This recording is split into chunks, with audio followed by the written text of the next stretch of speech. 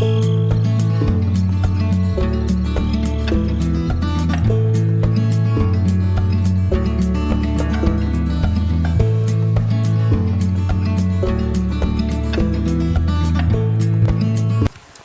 is the drone here again, right over my head, way below federal legal limits, and it buzzed my neck a little bit ago.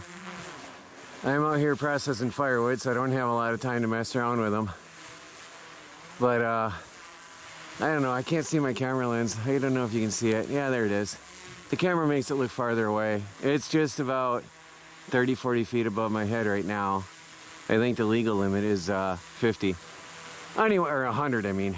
But they were just down over like 20 feet a minute ago and buzzed me to get my attention. I thought it was a chainsaw somewhere.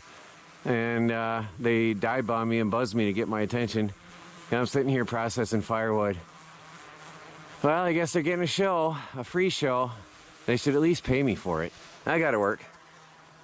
I'm processing firewood. I've got sorting through this whole stack here that I've got to do, and wet stuff that I haven't finished is going here.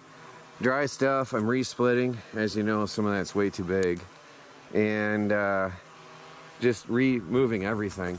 All of this is ready to burn stuff for going out back for our home heating. They're gonna come down and hit me again, I'm sure of it. They're going around in circles over me trying to, they just want attention. But I'm gonna give them a show here because I've got to run this wood. And unless they attack me in the head again, I'll try to get them on video or catch that on video. They're just spinning circles over my head. It's criminal. It's a violation of the law, but nobody does anything about it. It is what it is. They can get away with it. Well, back to work. I'm gonna try to process from here to the end of here today and be done with that and get it all out of here, and then I can start putting firewood to dry in these pallets, which I need desperately to get these pallets ready. So I got some pine here I'm splitting up. I got some poplar here. I put a good dent in that pile, and my spies are still there watching me. They got good batteries. They've got a very high-end device. Really high end. I can't believe they stayed this long. So anyway, this all here is going out in the back pile. All of this. So that's a growing pile of stuff that's ready to burn right now for us. So that's all going out. And I've got pine and poplar I'm racking right now. I've got to get that going. So I'm going to get to it. Well, I got the better part of a rack of poplar going on. These I'm rejecting, putting on the pile to be dried. That's a pile that's dry and ready to go, and my spies are still there. Not my spies, but these spies, whatever the freaks. I guess they're getting their kicks. I'm gonna go in for lunch, and they're gonna lose their show for a while. Then I'll be back out to work, and they'll be still wasting their lives in rot and hate, and I'm gonna be happy here at the homestead. Oh, they dirted up real fast. There's two of them. Well, freaks. So, they attacked the chickens when I was in the house. There's another one. Now there's two. These freaks. How ridiculous.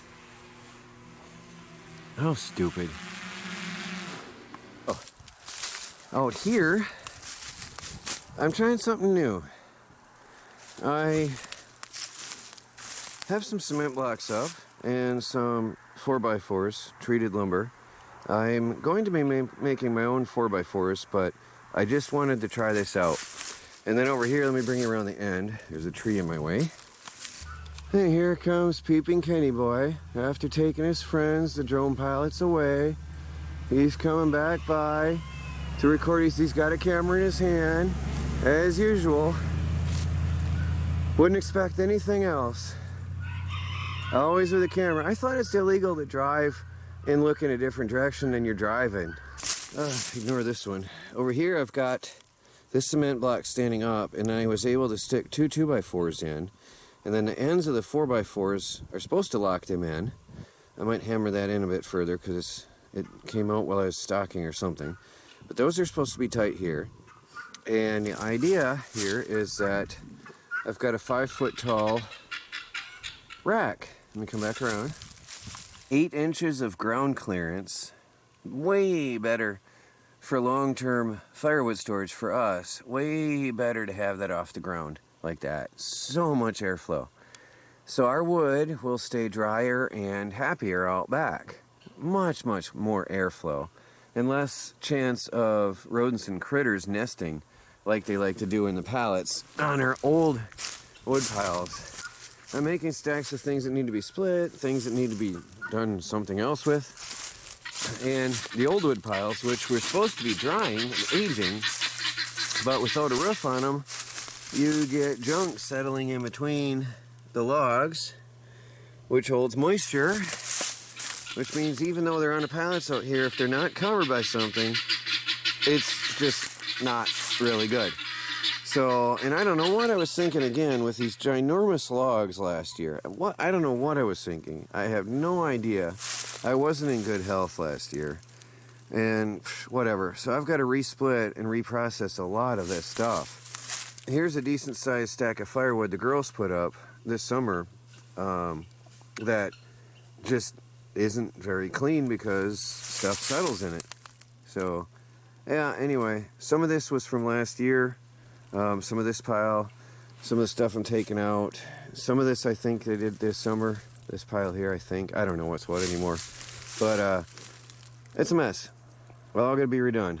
Because you can see the leaves then pile up and become flush with the wood, which then allows moisture to soak in and stay in. And the wood isn't able to dry as well. Compare that again to over here. I mean, look at that. Look at the difference.